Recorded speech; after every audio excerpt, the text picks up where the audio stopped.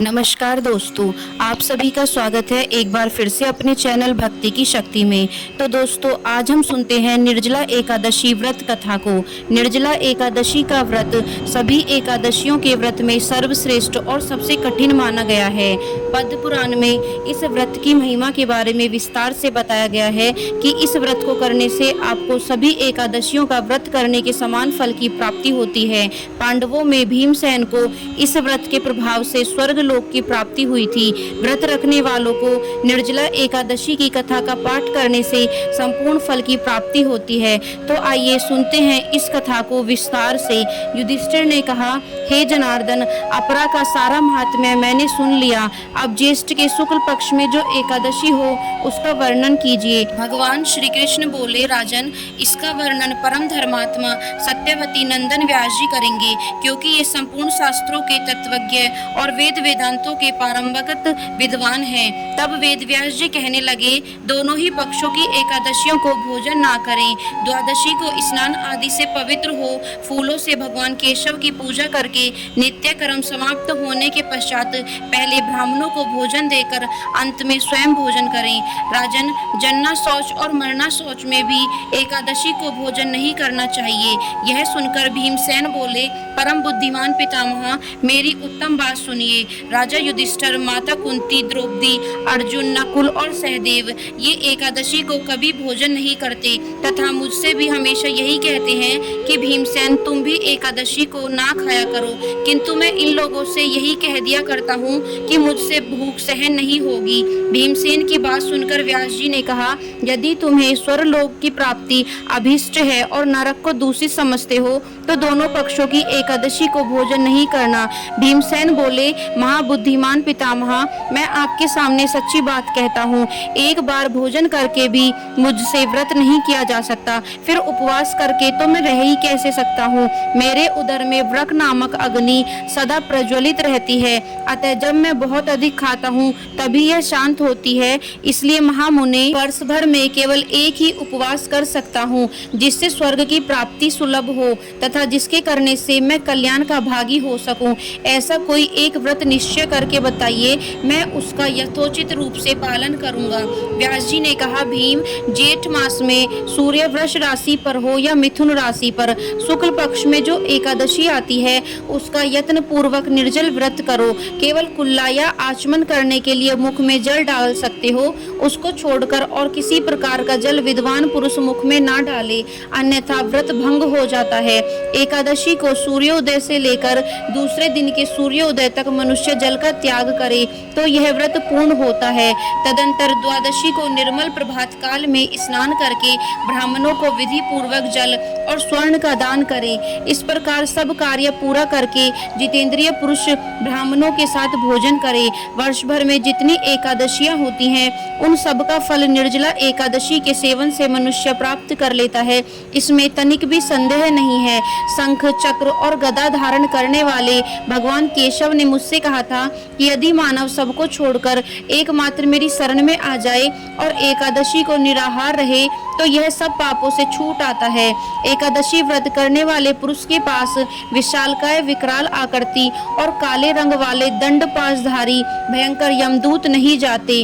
अंत काल में पीतांबरधारी, सौम्य स्वभाव वाले, हाथ में सुदर्शन धारण करने वाले और मन के समान वेगशाली विष्णु दूत आकर इस वैष्णव पुरुष को भगवान विष्णु के धाम ले जाते हैं।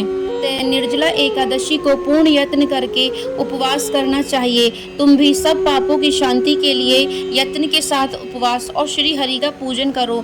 स्त्री हो या पुरुष, यदि उसने मेरु पर्वत के बराबर भी महान पाप किया हो तो वह सब एकादशी के प्रभाव से भस्म हो जाता है। जो मनुष्य उस दिन जल के नियम का पालन करता है वह पुण्य का भागी होता है। उसे एक एक पहर में कोटि कोटि स्वर्ण मुद्रा दान करने का फल प्राप्त होता सुना गया है। है। मनुष्य निर्जला एकादशी के दिन स्नान, दान, जप, होम आदि जो कुछ भी करता है वह सब अक्षय होता है। यह भगवान श्री कृष्ण का कथन है।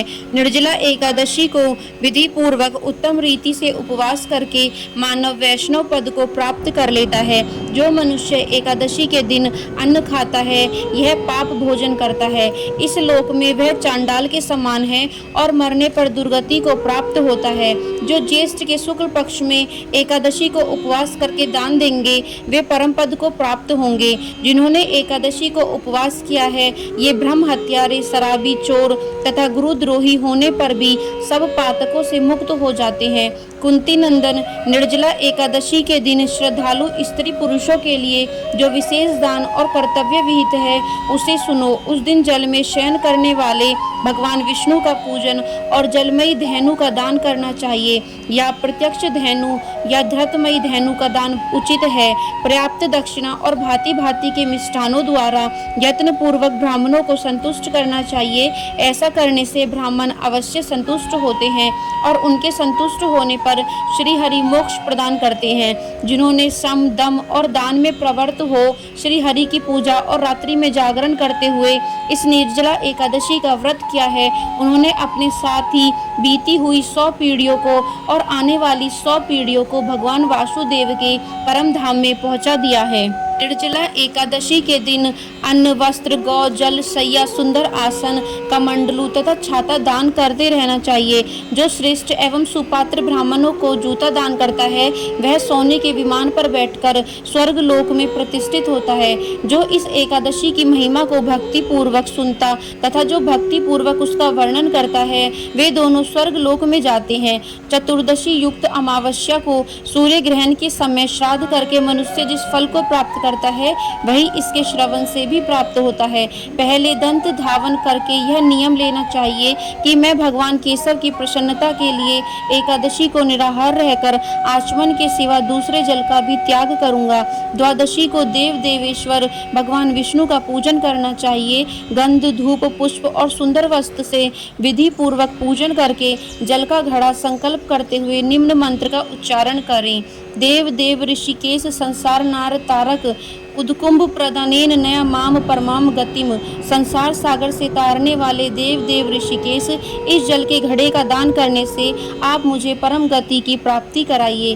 भीमसेन, ज्येष्ठ मास में शुक्ल पक्ष की जो शुभ एकादशी होती है उसका निर्जल व्रत करना चाहिए तथा उस दिन श्रेष्ठ ब्राह्मण को शक्कर के साथ जल के घड़े दान करने चाहिए। ऐसा करने से मनुष्य भगवान विष्णु के समीप पहुंचकर आनंद का अनुभव करता है। तत्पश्चात द्वादशी को ब्राह्मण भोजन कराने के बाद स्वयं भोजन करें। जो इस प्रकार पूर्ण रूप से पापनाशिनी एकादशी का व्रत करता है वह सब पापों से मुक्त हो जाता है। यह सुनकर भीमसेन भी इस शुभ एकादशी व्रत को आरंभ कर दिए। तब से यह लोक में पांडव द्वादशी के नाम से विख्यात हुई। तो दोस्तों यह थी निर्जला एकादशी व्रत कथा। यदि आपको वीडियो पसंद आई हो तो चैनल को सब्सक्राइब करना बिल्कुल ना भूलें और वीडियो को लाइक एंड शेयर जरूर करें।